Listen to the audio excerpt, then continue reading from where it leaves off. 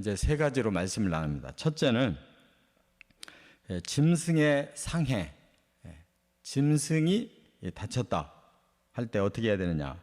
이 내용이 지금 출애굽기 21장 33절, 34절, 35절, 36절 이렇게 네 절에서 그 내용을 말씀하고 있어요.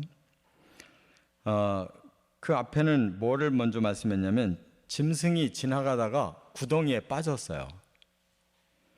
그러면 거기에서 아주 큰 해가 입었단 말이에요. 다쳤든지 죽었든지. 그러면 이건 누가 책임져야 되냐? 그럴 때는 구덩이 임자가 누구냐를 찾아야 돼요. 누가 구덩이를 파놨느냐? 그걸 팠으면 잘 관리를 해야 되잖아요. 근데 관리 안 하고 그냥 자기 편리한 대로 해놓고서는 방치했다. 그래서 소는 아무것도 모르고 지나가다가 구덩이에 빠져서 다치거나 죽었다. 그럼 이건 구덩이를 판 그 주인이 책임져야 된다. 이렇게 말씀한 거예요. 그건 당연합니다. 그 다음에 또 35절, 36절에는 짐승끼리 싸웠어요. 짐승끼리. 그래가지고 다치거나 죽이면 어떻게 되느냐. 이건 사람이 개입하지 않았기 때문에 쥐들끼리 그렇게 했으니까 어쩔 수가 없잖아요. 그럴 경우에는 살아있는 소를 팔아가지고 둘이 나눠 가져라. 이거는 누구의 책임도 없다. 그거예요. 그러니까 우리가 하나님 말씀 잘 들어야 돼요. 이 동기가 뭐냐가 중요한 거예요. 소끼리는 본능적으로 서로 싸울 수 있으니까 그건 누구 잘못도 아니다는 거예요. 남아있는 거 가지고 나눠 가져라. 그렇게 말씀했어요. 그런데 여기에 단서가 있어요. 공격을 한 소가 본래 버릇이 안 좋아요. 그런 일이 있어요. 그런 일이 있었는데 또 그런 일이 생겼어요.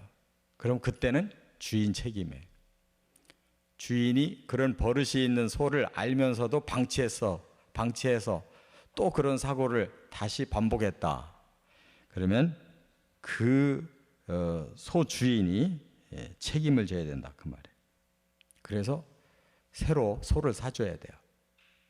이렇게 그 핵심 속의 동기가 어떤 것이냐를 가지고 하나님은 그 문제를 해결해 주신 거예요.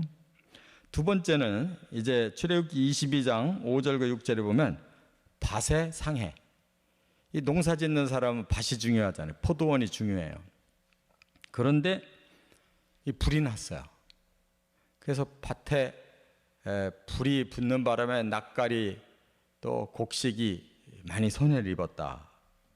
그럴 경우에는 불을 놓은 자가 누군지 반드시 찾아서 그에게 손해배상을 물어야 된다. 그랬어요. 오늘날도 산불 많이 나잖아요. 그런데 누가 그걸 불을 붙였는지를 계속 찾잖아요.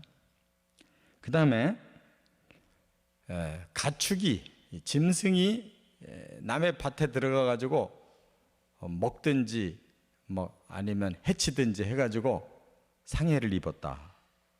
그러면 가축 주인이 다 배상을 해야 된다.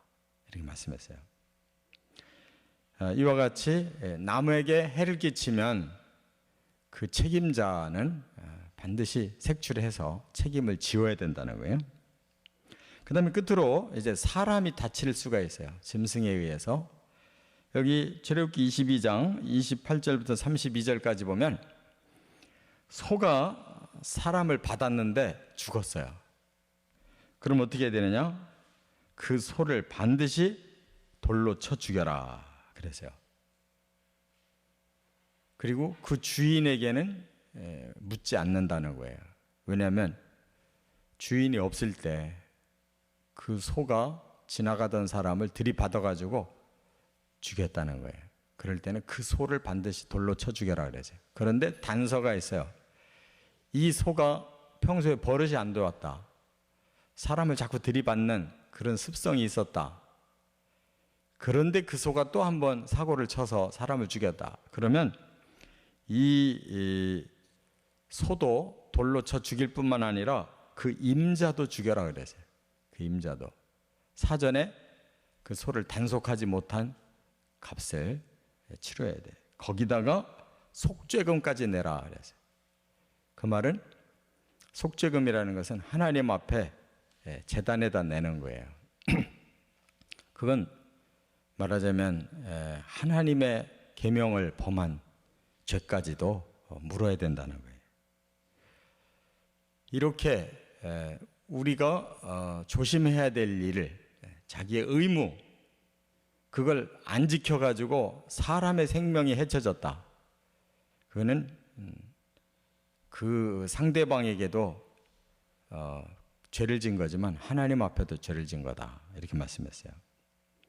그런데 그 당시에 이제 종의 경우에는 우리가 계속 동일하게 종은 그 주인의 재산과 같다 그랬어요. 그런 경우에는 은 33개를 그 가족에게로, 그 종의 가족에게로 줘서 배상을 해라. 이렇게 말씀했어요. 그러니까 반드시 결과에 대해서는 남에게 손해를 끼치면 배상을 하되 짐승이나 밭에 대한 배상, 또 종에 대한 배상, 또 그 사람에 대한 배상이 이렇게 각각 달라요. 가장 존중받는 건 사람의 생명에 있고, 그리고 그 경중을 따져가지고 손해가 되지 않도록 적절한 보상을 하도록 이렇게 했어요. 이제 다음 시간에 보면 이제 종에 대한 규례를 말씀하는데, 그 당시에 종은 재산이라고 했지만 하나님은 여전히 그 종의 그 인권을 존중하고 계시다는 걸 우리가 알아야 돼요.